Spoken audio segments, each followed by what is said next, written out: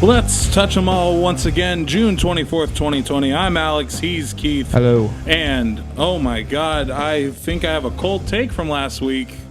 We're going to have some baseball this year, baby. We both got a cold take from last we're going to week. have some baseball this year. And I couldn't be more excited. But I hate being wrong. So... Well, at least you're a man enough to admit it. I'm a man enough to admit that I was wrong. I didn't think we were going to see a season. I thought, 50 games. I don't think that's I think you wanted to be wrong, though. I do want to be wrong. If I'm ever predicting that we're not going to have a season for anything, I want to be wrong. I hate to be right in those situations, and I hate to be wrong. I might just hate myself, but let's not talk about that right now. Well, wow, this is a different type of show this week. Major League Baseball finally has announced a plan for the 2020 season. Tuesday, the Players Union first agreed to a July 1st reporting date for Spring Training 2.0, more like summer training, as Major League Baseball seeks to begin a coronavirus-shortened season. This was according to various reports, including ESPN's Jeff Passan, also reports the sides have reached an agreement on a health and safety protocol for the 60-game season imposed by Commissioner Manfred on Monday. The season is expected to open on the 23rd or 24th of July. I guess MLB had given the Players Union 24 hours to respond on the operating manual. Yeah. Details, all that other fun stuff. It hit yesterday. Camps open July 1st. Baseball is back. Jeff Passan bringing us all the news we wanted to hear. Also, Carl Ravitch tweeted that out, too. And Ravi. I don't know. It's kind of bittersweet. I don't know if I'm excited for this. I love baseball. I love... but part of me is like, I should be getting ready for the All-Star break right now. I should be getting, I should know who's on the free agent list, if there's trades. Trade deadline. And it's so out of body. And I know we have to make do with the season and the world that we live in because of coronavirus. But I don't know. How do you feel about it? Well, first of all, I love the MLBPA Communications Twitter username, like almost 24 hours to the tweet that they sent out. All it says is, all remaining issues have been resolved and players are reporting to training camps. So that was short, sweet to the point. I like it. So kudos to those guys. I will say this. I honestly think that for me, and this might be another hot take, I think this is going to be one of the most fun baseball seasons we've had in years. Interesting. Because I told you last week what this is going to open the door for. Mm-hmm. Baseball is a game that you know better than myself. Okay. That it takes you months to get into the swing of things. A guy can nice pun. I like that swing of things. The swing of things. Thank you. I didn't even try that intentionally, but it takes you a couple of weeks and months to just get acclimated and get hot. A guy can start off batting 150 the first couple of weeks of the season in baseball, and then by the end of let's say September, he could be an all-star, Golden Glove guy. Like that. Baseball is a game where you don't estimate a guy to start off hot and continue that progression. It's a grueling, grinding season. That's why they call them the dog days of summer, because you got to battle and you got to get through it. And I told you last week what this is going to open the doors for. There is going to be a team in this 60-game season who has no business winning the division. We talked about the White Sox, Royals, a team that has no business winning a division in baseball this season is going to win a division, because anybody gets off to a hot start in this thing, all bets are off. You have as good a chance as anybody to get hot. So it's not about this and that. You're going to have to, from the start, be able to not mentally be like, okay, well, I can get it. No. You got to go right off the bat and just really like pedal to the metal, 100 miles per hour, the start of the season. Whoever has the best roster right away is going to succeed the most, is what you think? I don't know. Baseball is such like an ebb and it's such a peaks and valleys sport. Like, and you brought that up well. It's such a guy like Mookie Betts, who's now playing for the Dodgers, who had an MVP season not too long ago, he's always consistently good. But there's going to be games. Not every player is going to hit 2 base knocks and a home run like every game. There's going to be games where you go 0 for 5, and the wiggle room is not going to be there this season. I think you're right when you say that the team that's you don't expect is going to win the division. I don't know. I could see more than one. If you want a hot take, I could see more than one team that has no business. It's wide open. Being in this season is going to be so just out there. Both leagues are going to be using the DH, National and American League. The best thing on Twitter that I saw was like all the old like home run hitters from the National League. Everyone's like, can we get these guys back in, like Bond, McGuire, Sosa, like Alex Pavlovic on Twitter was like, no, DH rule, NL 60 games, and it's like a gif of Bob. It's a gif of Bonds like smashing a home run. But like honestly, like I mean what I say here. This is going to be one of the most interesting and fun seasons in baseball history because we've never experienced anything like this in the history of sports. We've never experienced what we're about to experience these next couple of months. And it's going to be interesting to see, one, we'll get to this topic later, if we can, finish a season like this. And then two, who wins this whole thing? It's going to be crazy. It'll be fun. I think next week, we'll look into it. We'll see. Our next episode, we'll kind of look at the rosters because by the end of this week, I believe it's Friday. Yeah, this Friday at noon Eastern. Teams got to submit Sunday at noon Pacific time. Teams have to submit a 60-man player pool of names. So we'll kind of have an idea to look at rosters next week and see, all right, these guys are pretenders, these guys are contenders. But then again, it's so weird to think of pretenders and contenders this early in a baseball. We haven't even hit first pitch. Opening day on July 23rd. It's unreal for baseball. I'm tongue-tied, and that doesn't happen to me often. You can ask my girlfriend; she hates it. But in light of this, though, like I don't want this to be like a narrative that like Rob Manfred and baseball won. Like nobody won in this whole thing. No. And that's furthest thing. But baseball has such a black eye on it right now because you had the Astros cheating scandal and the slap on the proverbial wrist that. Well, that's going to get taken care of once we start playing. Although Kenley Jansen of the Dodgers has said, when I face the Astros, because as this new world of baseball starts, the American League West and the National League West will play themselves. The American League East, National League East, Central. That's who will play each other for the games to limit travel. The Dodgers are now in the Astros division, at least for this year. And Jansen, their closer or setup guy, whatever they choose to use him as, says, I'm not going to throw at them. Heat of the moment, maybe. Oh, I don't know about that. The lie detector is going off. I think the Astros are dodging a huge, because they were originally due to play the Yankees in Yankee Stadium in September. So a playoff hunt for the Astros and the Yankees, because both of them are favorites still. They have all the talent. And they're avoiding the Yankees in Yankee Stadium. They're not going to forget. The fans aren't going to forget it. A bunch of my buddies are A's fans, and they were planning on going not opening day, but the second home game, I think, for the A's is against the Astros. As it always is. It was supposed to be. And they were going to get out there and tailgate, and they were going to bring trash can lids and boo, I wonder, well, obviously there's not going to be fans in the stadium. But, I wonder how, I feel like Oakland A's fans are going to find a way to sit around, maybe gathered in the parking lot or as the bus comes in. As the bus comes in. As the bus comes in.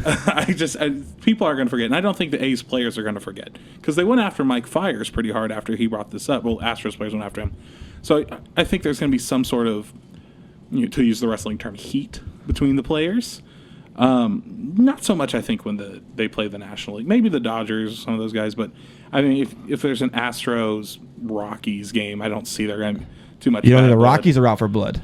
The Rockies could be out for blood this year. The Rockies might be out for vengeance. No, but also this brings up an interesting subject. Mm-hmm. In baseball, you got 162 games usually to do whatever you want. I mean, there's a couple throwaway games where you're just like, you know what, we didn't play good today, we played with crap. But also with the Astros situation, this is interesting because if you have beef in baseball, you can't afford to put people on base now. No. Because you only got 60 games. Well, and even, you can't waste one on the Astros like you should have been before this whole thing started, you still have the length of the game. I don't want to say, and they're only doing 3-inning games because they're trying to get them all in one day. Yeah. But, you imagine a firestorm if they started doing that, 3-inning games. Well, my mom would... All the purists would just, lose their mind. My mom would keel over and die if they did. Okay, by the way, they're 6-inning games, and we're using Little League fields because they want all the home runs. What? Final score, 38-36. No, she's...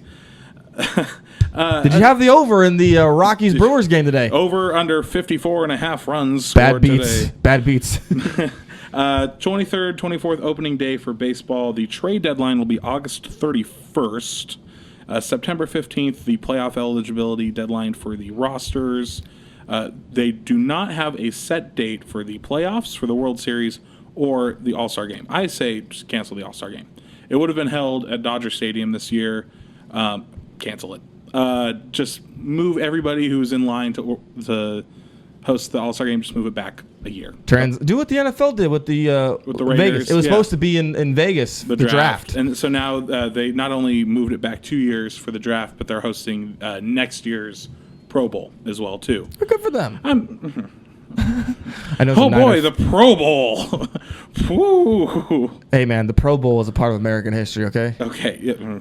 People love the Pro Bowl. Like no defense. You're gonna sit here and tell me everything in American history is great? We've talked about this the last couple. I am not gonna be the first person to tell you that everything in American history. Believe me, you're gonna have to go find somebody else. But I want to talk about this with the whole virus thing with baseball. Like we already had a huge situation where we were just arguing left and right for weeks with the Players Association and the owners about money. Like money was the biggest thing that came out down to like why this thing took so long. Right. I really want to get your opinion on like what does this do for contract negotiations? Because if you have a 60-game sample, a guy can go like 10-1 with like a 1.89 ERA, not play the usual duration.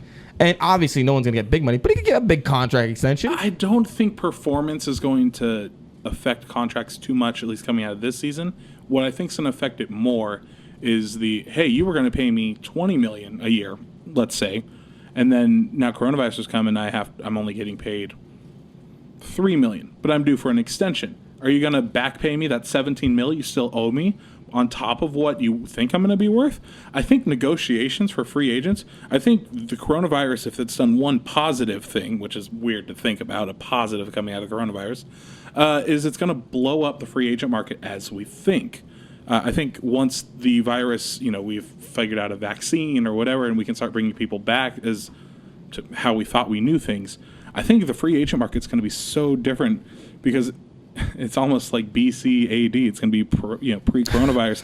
Well, he was worth $20 million, but then he went post-coronavirus 5-6 in this coronavirus season, and now he's only worth $3 million. And is the drop-off going to be more extreme, or is the gain going to be more extreme? I can't put my finger on where free agency is going to go. The virus is the difference between you getting like a 3-story mansion and like a nice little condo in Palmdale, Florida. What's wrong with Palmdale, Florida? Well, I'm not going to answer. I mean, if you have a chance at a mansion, if you're like, no, I'm just playing. You could put a mansion in Palmdale, Florida. To the people of Palmdale, Florida, I apologize. For all people in Palmdale. You bring up the interesting point about like this whole, the market value. Right. And I think free agency in baseball, even before this year with the virus, going back to last year, was already turning on its head, because what you saw was a lot of teams, and maybe a majority of the league, in my opinion, said, okay, for years now, we have inflated the market by paying top dollar for guys who either A, weren't worth the trouble, or B, instead of taking all that money for one quote-unquote primetime impact player, we can spread that money out and allocate it to all these different guys. Like it's kind of like a version of Moneyball with the A's, where like instead of paying one major guy, why don't we spread this out over guys who do everything one guy did that we let go? And so now, I think what you're going to see is a lot of teams say, okay, we've got this much to work with because of the virus. We are obviously, a big time player that's on the market. For example, maybe a guy like Bryce Harper, who got a big time deal with the Phillies. Right. Obviously, if a person's like that on the market, they're not going to get that deal now or in the next 2 to 3 years. And you could still see a repeated pattern where these teams are just like giving a whole bunch of guys like a little bit of money as opposed to one guy getting a whole bunch. Right. I mean, I have the numbers here of the top payrolls, and obviously it's Yankees, Dodgers, Astros. Yeah, the usual. Yeah, what you think. And then you go to the bottom, you got the Orioles, Marlins, Pirates. Yeah, don't remind me. That just means you're not spending money on players right now. My father told me today that the Pirates are going to win the Central. Okay, I'll make a bet with your father right now. If the Pirates... Well, he watches this, so yeah, go ahead. Does he watch it? All right. Mr. J. If the Pirates make it to the playoffs this year, because I think that NL Central is like the toughest division. If the Pirates win the division, I will buy you a new Pirates hat and a Roberto Clemente shirt. Oh, Bobby. Oh, Bobby. Well, you're probably not going to have to buy that the way this thing's looking. Well, got Dickerson, though. Dickerson. I like him. I'm looking at top free agents potentially for next year because Mookie Betts is on the last year of his deal with it was with the Red Sox. Now that he is. Dodgers. Yoenis Cespedes will be 35 going into next year. Giancarlo Stanton's in his last year with the Yankees. if the National League adopts the DH full time, I can see Giancarlo going back to the National League. There's top pitchers. You got Jake Arrieta, who'll be 35, Masahiro Tanaka, Jordan Zimmerman, and like the list goes on. You got a guy like Yadier Molina, solid catcher, but he'll be 38. I don't think he'll. Yeah, Yadier's getting paid what right now? Yadier's getting $20 million. Yeah, St. Louis like to have that one back. Does Pittsburgh want a $20 million catcher who's going to be 38? $20 million. I wouldn't. I don't see us spending $20 million on anybody in general. Considering your whole payroll is 58. Yeah, that's a 30-year payroll. No, but I think free agency. If I had to pick like the top 3 free agents just right now, if you give me Arrieta, Stanton, and Betts, Cespedes he's been injury prone. I like Cespedes, but I think Mookie Betts is going to pull because he's getting 27 now. Again, I mean it depends how he plays in the coronavirus season, but I can see him pulling probably somewhere close to 35 million a year. You know what? I don't know where. You know what's interesting? You bring that up, like, out of all this craziness, the virus, the Astros, like, I feel like the one story in regards to baseball's changes that is insanely, like, really slept on is, like, the National League finally implementing the designated hitter. It's funny how, like, you would think something that's so, like, I don't want to say astronomically weird. If you ask the traditionalists, yes, that's weird. But even now, it's just kind of like, well, we haven't even had baseball, and well, the only way to bring it back is to have a national DH. I can see it moving forward, seasons past, but I mean, if Manfred had his way, Manfred wants to change the game up a little bit too much. I like to remind people that the only reason the DH was not implemented in the National League is when they had to vote, the guy for the Phillies was out fishing. Mm-hmm. That's the only reason. I think it was either Outside the Lines or like someone at ESPN had that story. That was fantastic. You could thank the Phillies for no DH in the NL for like 30 years. And now they're going to have a DH in Bryce Harper. Well, Harper fields his position fine, but he's right field. If you need an off day, just Bryce get up to bat or sit on the bench. McCutcheon's a great hitter. So, yeah. And as a Pirate fan, I know you know wasted opportunity there. Oh, I loved him when he was with the Giants, and then he was gone within a year to the Yankees, and I laughed. There was a section of dudes who bought Andrew McCutchen jerseys at a game we went to, and they were like, "Let's go Cutch!" All Giants jerseys. And like 2 months later, he was gone. He was amazing. I love when Cutch. He was in his prime. Like I tell people all the time, man. Like these last 5 years, he was. I would go hard for him as like the best center fielder in baseball. Really? And then the ACL thing happened, and it was just all bad. But that was my guy, man. I used to go hard for Andrew McCutchen. Mm-hmm. That was the hill I was dying on every single day in the summer. I don't know if he'll be a Hall of Famer, but that dude plays the game well. Speaking of the virus, let's move a little bit to the NBA. Well, we speak of it every day, yeah. I mean, speaking of every show. But we were talking about how it would affect things. We have a couple NBA players testing positive for the coronavirus as teams are getting ready to go to Orlando and start playing. That would be the Pacers' Malcolm Brogdon and the Sacramento Kings forward Jabari Parker. As well as Jokic from the Nuggets. Jokic had it. The Parker and the Brogdon ones are coming out just recently now. Sarah Hodges from CBS 13 is also tweeting that 4 Kings players tested positive. So it wasn't just Parker. Apparently, it's 4 other guys with the franchise that have tested positive. And I just hope to God, you don't want to, you hope everyone's healthy, but please, God, I hope Fox isn't one of them. Oh, come on. It's not enough that he cut that awesome hair. Don't give him the virus either. I love De'Aaron Fox's, loved his hair. I don't know if it's back. I haven't seen a picture of it. No, he cut it. Is it still gone? Goku Fox is done for. It was like De'Aaron Fox, and now it's like Aaron Foxworth. It's now just shaved, and hello, yes, I'm De'Aaron. Thank you. New levels, man. New levels. Malcolm says he's 100% ready to go. The president of the basketball operations, Kevin Pritchard, for the Indiana Pacers, said in mid-April he's hungry because Brogdon was sitting out with a leg and hip muscle injury. He was averaging 16.3, 7.1, and 4.7 in points, assists, and rebounds, respectively. In the 48 games he played this year. That's just another thing. I mean, a young guy, healthy, trying to get healthy, trying to get back in full rotation.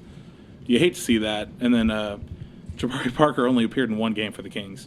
Yeah, and everyone around town has just been really high. They've wanted to see what he can do, which really sucks about it. He was averaging 15 points a game for Atlanta this season. He just had horrible luck with, health. Yeah. leg, the knee, and now the virus. Like, there's nothing that a poor Jabari Parker has not experienced in his short career. It's sad, really. We've seen a spike in the virus in Florida, Arizona, like the southernmost states. Basically, in like 32 of the states in the union, we've Would like seen a lot to of, remind everybody they're going to go play in Florida. yeah, So- but they're going to be playing in good Orlando. luck with that, Adam Silver. And so is MLS. MLS is going to be playing in Florida too. Why did they pick Florida? Why does everyone pick Florida, man? You could go to Texas? Well, the warm climate, Arkansas? maybe. Arkansas only had 289 cases. We should have gone to Arkansas. You're but- telling me in the middle of Texas, there's not just a plane, or like you couldn't just build a facility out there and just say like, here you go. Here's like 13 basketball hoops. I can just imagine like the players union for the NBA. We're not going to Arkansas or Texas. There's nothing there. And Adam Silver's like, there's not going to be anything there. We just want to finish. We just That's the point. play the game. I was all on board with the Orlando thing, but now that we just see record number of spikes, like it was flatten the curve and then it was going down, and then now staying away from the politics, it's coming back up sharply. The only country in the world where it's coming back up sharply. I'll be interested to see. They're supposed to start on the 30th of July.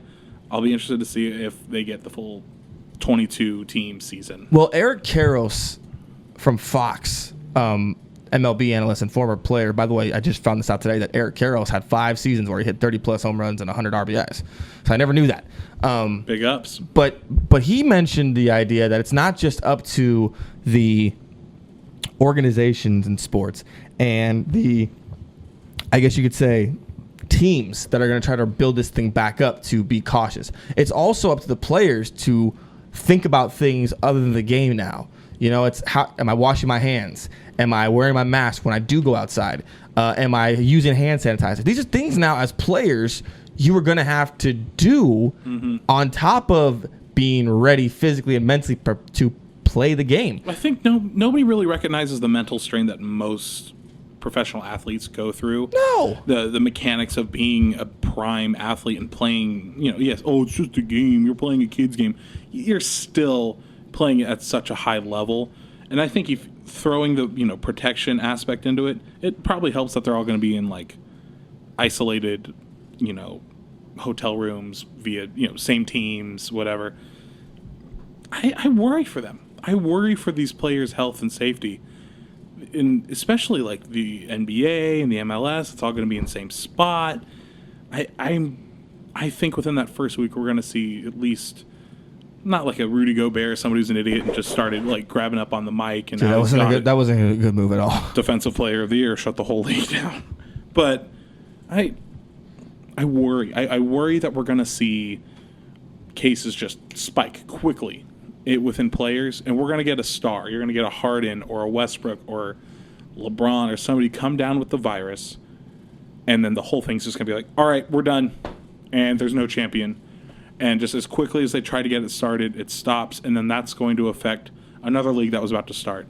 I read a thing today that the NFL is like, we're going full bore. We're going to play. Yeah, you knew this the year. NFL was going to go. The TV one league that revenue. you would bet on was just like, screw this. We're all playing. When was the last Would have time been the NFL. Goodell doesn't care about player safety. The NFL is like the Leroy Jenkins when it comes to like player safety, things like that. We're just gonna go in. Who cares, Isn't man? that a great reference? Even to what, 20 years, 15 years down the line still? But I would make the case that a big star already tested positive in Jokic and no one cared.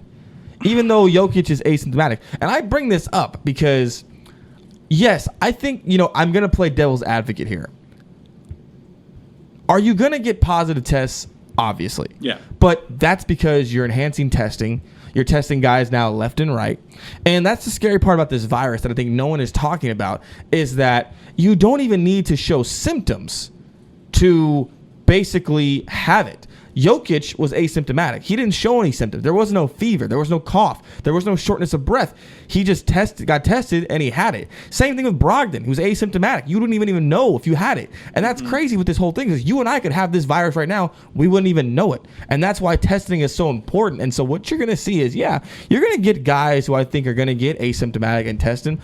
But it's also now, NBA, you said we're going to finish. So, okay, here you go. But if guys test positive, it's up to you now to quarantine them the right way and block them off from the rest of the team. And it's very, very hard to do, I could feel like, if you are not prepared to have that kind of thing taken care of and have a roof under it, I don't think anybody knows what to expect. You're going to get positive tests, but I think once you start back up, it looks horrible on your brand to put these guys in a situation where they're not safe and then say, oh, we got to shut this down now. Like, what? No, I'm out here now. Like, what's going on now? I think the thing you're going to have to ask the leagues, you're going to have to ask the commissioners of each leagues, how many players are you willing to let get sick before you realize this was a bad idea? This is your product. Yes, you have... It's your brand. You are the commissioner of a league, and you have a responsibility to make sure that this goes off without a hitch.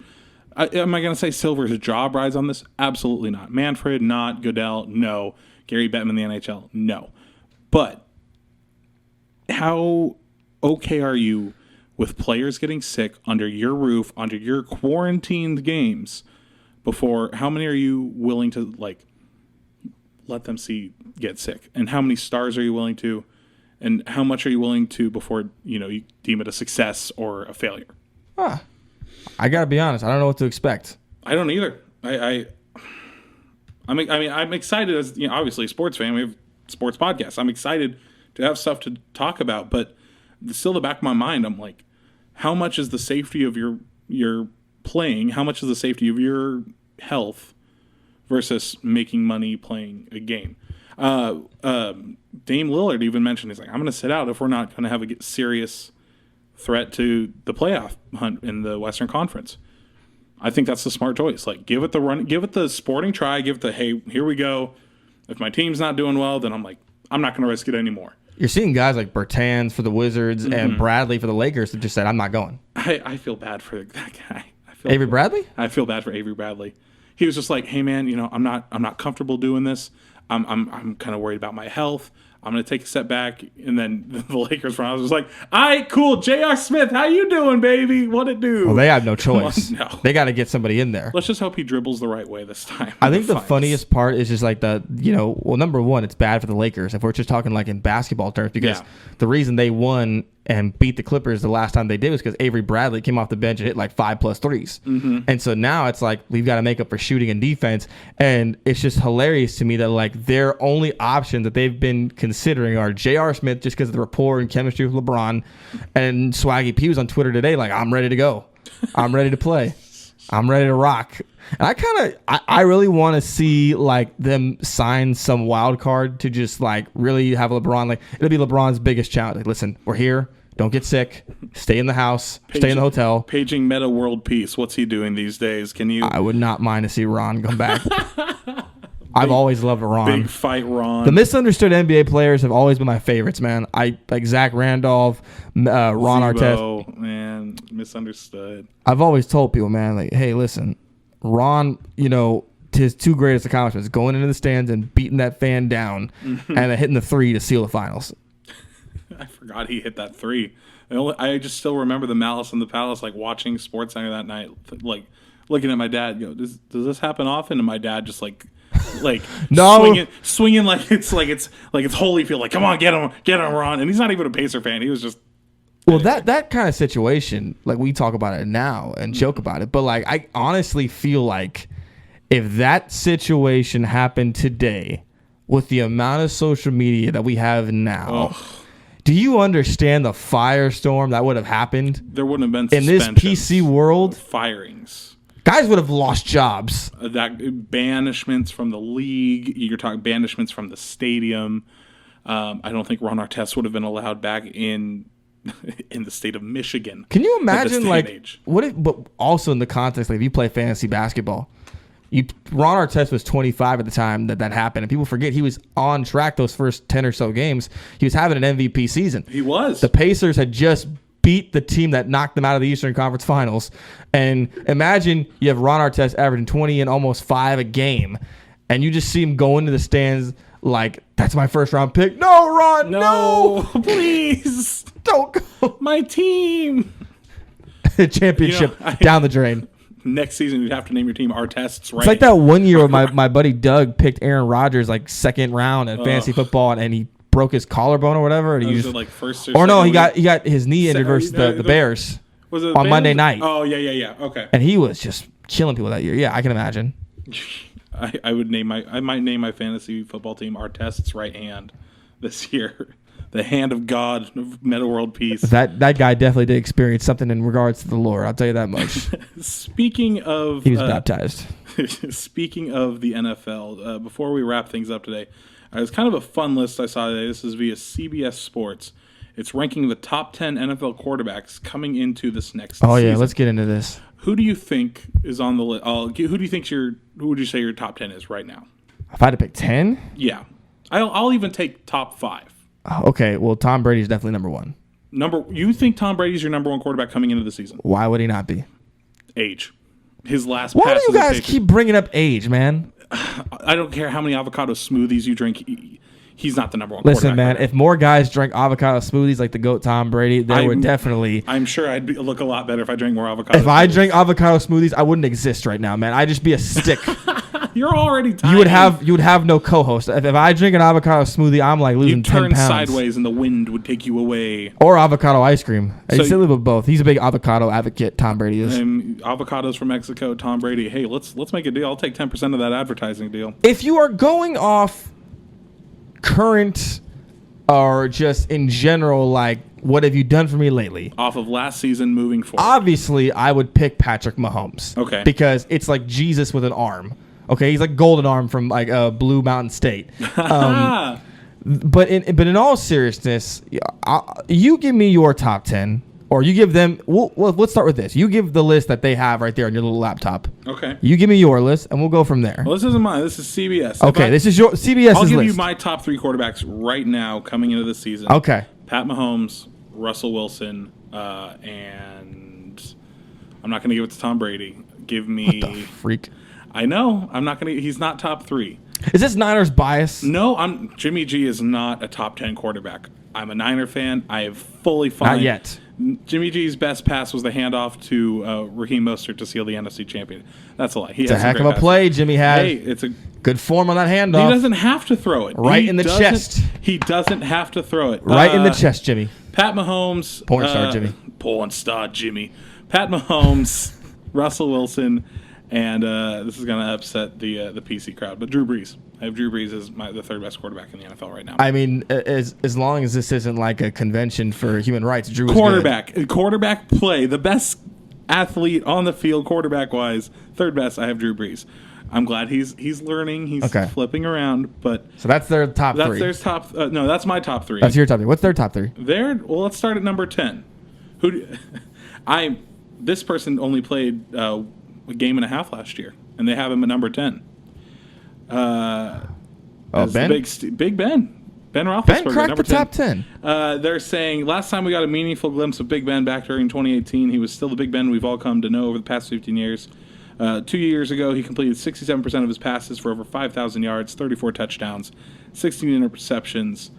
They gave him the 10 spot. That's how crazy the NFL has evolved. I feel like the number 10 quarterback 2 years ago threw for 5,000 passing yards. 35 touchdowns. Back in the day, if you threw for 5,000 passing yards, you were like an alien. Yeah. And then people like Patty Mahomes come along and just like shred all those Jump records. around and throw it. Number 9, Golden Boy Tom Brady. They have him at number 9. This list sucks. 2 in. Number 8, Carson Wentz. Oh, this list is garbage already. I can already tell. Number Who the 7, hell made this? Number 7, I'll get to that. You gotta flip your lid. Take a breath. Number 7 is Matthew Stafford of the Lions. What? Yeah. Who the hell made this crap? Number 6, Deshaun Watson. All right, warmer. Number 5. Oh, God. I'm sorry, everybody listening at home. I give you 3 seconds to turn your radio down now. Number 5 is Dak Prescott. Keith has taken off his headset. Welcome back. Do I even read anymore? Oh, you might as well have come number, this far. Number 4, Drew Brees. Okay. Number 3, Russell Wilson. Oh, okay. Even that I have a disagreement with. I feel like it should be number 2. Number 2 is Lamar Jackson. Oh, yes. And number 1 is Tua Tagovailoa. No, I'm just kidding. It's Patrick Mahomes. You weren't going to give me with that one. No, that was too easy. I am surprised that Aaron Rodgers did not make the top 10. I'm not. You're not a fan of I'm not. Aaron? It's not that I don't think Aaron Rodgers is still a quality quarterback. I feel like Aaron Rodgers has been done in because the Packers obviously have gone in a different direction. They say, listen, we don't need you to throw the ball around the lot. We just need you to be a game manager. And let's be honest, it's not like Aaron, needs to be Aaron from 3 years ago. They're throwing almost every single down. Aaron Jones, you can make the argument, is one of the best running backs under 28 years old right now and had a breakout season last year. It just feels like they're not really interested anymore in giving Aaron full control to throw the ball like that, or they don't trust Aaron to throw the ball like that anymore. And so Aaron, to his credit, he's gone along with it, but the national media for some reason has had like this bias against Aaron where it's like, oh, Aaron's horrible. His numbers, his QBR have dipped every single year. It's like every single news outlet, media outlet is just like, Aaron sucks, Aaron sucks, Aaron sucks. And so I think everyone's just taking this stance where it's like, Aaron can't do it anymore. So it doesn't bother me that he's not in the top 10. It's just like, what do you expect? They're all have just like have this bias against putting him back in that elite category. He can't play both sides of the ball. And they need help in the secondary, and they need help guarding against the run. The Niners exposed them twice running the ball. Raheem Mostert had 4 rushing touchdowns in the first half of the NFC Championship game. And they got to Aaron so much and beat him up so badly, he came out a month later and said, I don't believe in God anymore. The Niners beat God out of Aaron Rodgers' existence. Jimmy Jesus was standing on the other side of the sidelines, making him question his religion. I got a real problem with Tom Brady at number 9. You have a problem with him at number 9? Huge problem. I don't. I'm fine with him being in the top 10. I would have had him at 10, but I wouldn't have had him at. Who do I have above him? I bet use your next question. Who do I have above him as far as a quarterback? I have Lamar Jackson above him as a quarterback right now. Young, the next next iteration of Michael Vick. I have Mahomes, I have Breeze, I have Russell Wilson. So do I have him at 5? No. Give me. I'm just looking. I have the stats right here. Yards last year. I'd have Matt Ryan above Tom Brady. My thing with the whole Brady situation is that the last time we saw Tom Brady, he was on a team where the offensive firepower was not what it should have been. They didn't have anything. But they didn't have anything. But they've done that they did that the last couple of years, and they still, he lost Gronk for what, 1 year, and then the offensive production stalled. But I think losing Gronk was a huge loss to Tom Brady because that's his safety blanket. Like Gronk was the biggest guy in the field, the most athletic guy in the field, and you couldn't tackle him. You couldn't line up against him with a regular defensive back, and the linebackers are too slow to cover him in his prime. So it was you're damned if you do and you're damned if you don't. Hell, the Seahawks in that Super Bowl were trying their best any which way. They put Cam Chancellor on Gronk, a safety in coverage, and they still couldn't get anything done. So, that's a big deal. But I also think, it's just like Aaron Rodgers. I don't think Tom Brady is the same guy anymore where it's like, okay, you give me the postman on the left side near sideline, and you give me the guy selling, ice cream out the van on the far sideline, and I can just make magic anymore. I don't think he's like that anymore. And that's why I don't have him in the top 5. That's why I have him if he's a top 10 still now. And I think this season Brady is going to be like one of the swan song seasons. I think he's 2 years in Tampa. He's got Godwin. He's got Evans. Now you're coming around. Gronk. He's got a good offensive line. You look at buying a lot of OJ Howard stock too as the days get closer. No, I do like OJ Howard too. He's always been a safety valve for me on fantasy. Jameis Winston threw for over 5,000 yards last year. If you're making the argument that Prescott is number 5, what is the argument based off of? It's not so much the numbers because they're subpar. You're making the argument that Dak Prescott is in the top 5 of that QB ranking mostly because of the weapons. He's got Zeke in the backfield. Michael Gallup's a borderline Pro Bowl receiver. Amari Cooper dropped a lot of passes, also couldn't stay healthy last season. But Prescott has weapons. So if we're making the case that Prescott is top 5, okay, CeeDee Lamb. What about Tom Brady? What about the weapons that Tom Brady is going to have this year? Can we wait and see till then? I just think last year really was like the year where we figured out, okay, Tom Brady can no longer be the guy that has that many talent around him. He needs weapons. I don't disagree with the list. I don't agree with the list. Is what I'm saying. I don't agree that I don't think Dak's top 5. I don't have him in my maybe at 8. Can someone explain to me how Stafford gets at 7? He puts up numbers. He does put up numbers. He's the only reason the Lions have been in any close games the last couple of years. He's not quite there, but if I'm looking at yards, let me find him. But a lot of his numbers are in garbage time, I feel like. Like Jameis Winston. Like, I mean, we need to go over Jameis's stats. 33 touchdowns, 30 picks.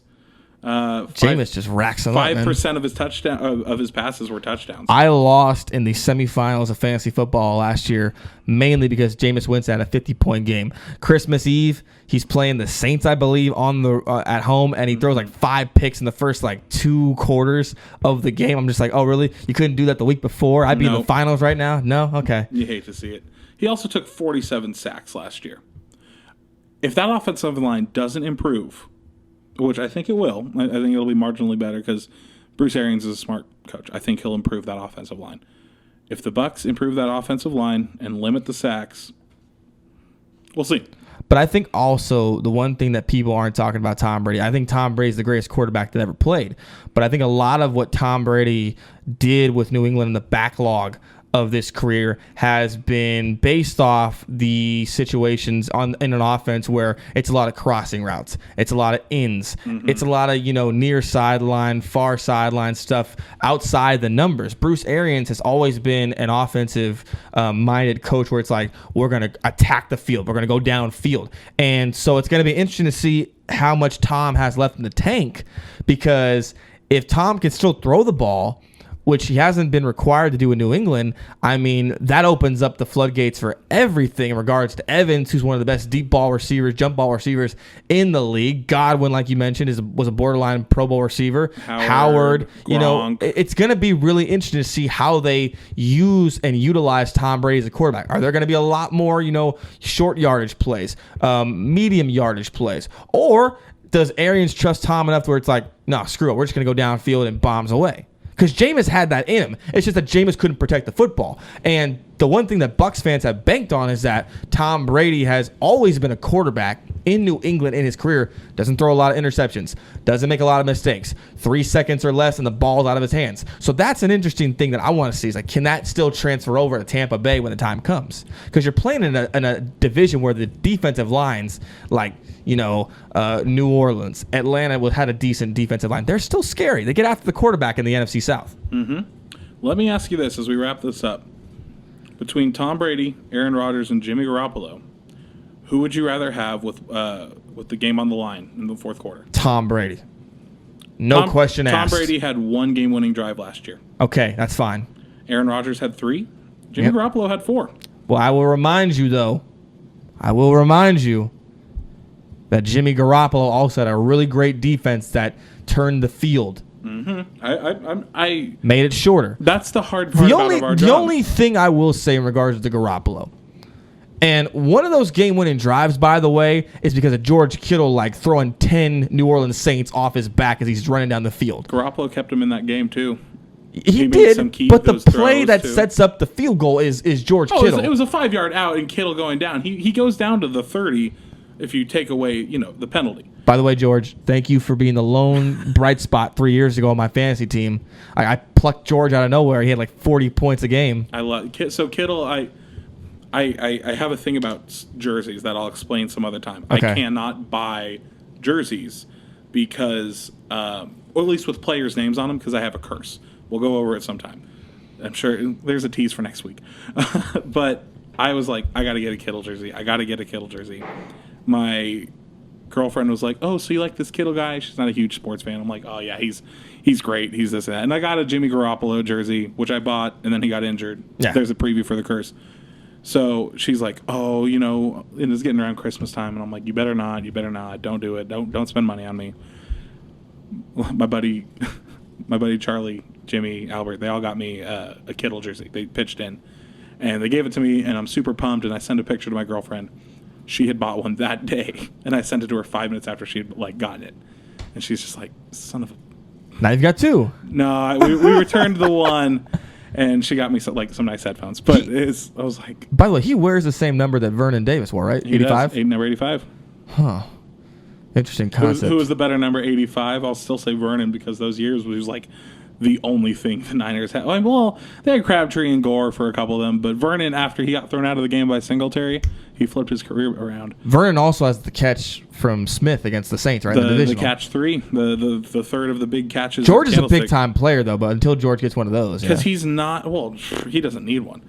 Kittle is a blocker, a catcher, a receiver, just a utility player. He reminds me so much of Gronk that he can do it all. I'd like not to see him on kickoff, coverage, a la Miami, New England, Miami walking it off. Okay, back to our point here. Yeah. Garoppolo had only, let's see, doing the quick math in my head, 22 less yards than Aaron Rodgers did last year. One more touchdown. He had more picks. As a Niner fan, I watched a lot of them. They were tipped balls from defenders. Well, the one against Seattle at home, yeah. Tipped ball. Yeah. Fine. Okay. Interceptions, you got to get those down. But 4 game-winning drives, I think I'd take Jimmy G right now over Aaron Rodgers. I get the whole Brady's been doing this for years, game-winning drive, because he's calm, he's Tommy cool. But I think I'd take Jimmy G over Aaron Rodgers and Tom Brady right now if my game was on the line with 2 minutes left. I still say that if I needed somebody to save my life, a gun is pointed to my head, and I need one guy to give me a drive to win the game, I'm taking Tom Brady. I'm just taking Tom Brady. He's done it over and over again, and he's the type of guy where you get in that huddle, I just feel like everything that Brady touches just turns to gold at the right second. But I will say this about Jimmy, because it is an interesting conundrum. Jimmy is the type of guy, let's say if you're playing in a foursome in golf, in this one guy's hitting bad tee shots, bad approach shots, he can still find a way in all the madness to get the ball on the green and save par. Jimmy can have the worst game possible. I've seen Jimmy throw the ball all over the lot. You're describing my golf game perfectly now. Both our golf games, but it's Jimmy just finds a way to get it done. And I've always respected that so far about Jimmy in his career thus far. He's always found a way. And you can make the case, if that deep ball had a little more touch on it, he would have won the Super Bowl on a walk-off deep ball, which would have been amazing because I would have won $300 and I'd have been fine. But it is what it is. But that was amazing what it could have been. We could talk about that Super Bowl at length, but that's going to do it for this week's episode. Oh, yes, it is. Touch Them All. Thank you so much for tuning in. Stitcher, Spotify, iTunes, wherever you get your podcasts, tune in. YouTube. Check out the website. Check out his Twitter handle, which is Keith Joganatis. Yeah, we'll just spell it here in the comments. But here it is. Here it is. At Heel Task Free. That's my personal one. If you want my professional one, it's Alex Tasker Radio. I don't know why I'd want my professional one. I wore a Manchester United kit to a podcast taping. All right. See you guys. Thanks again.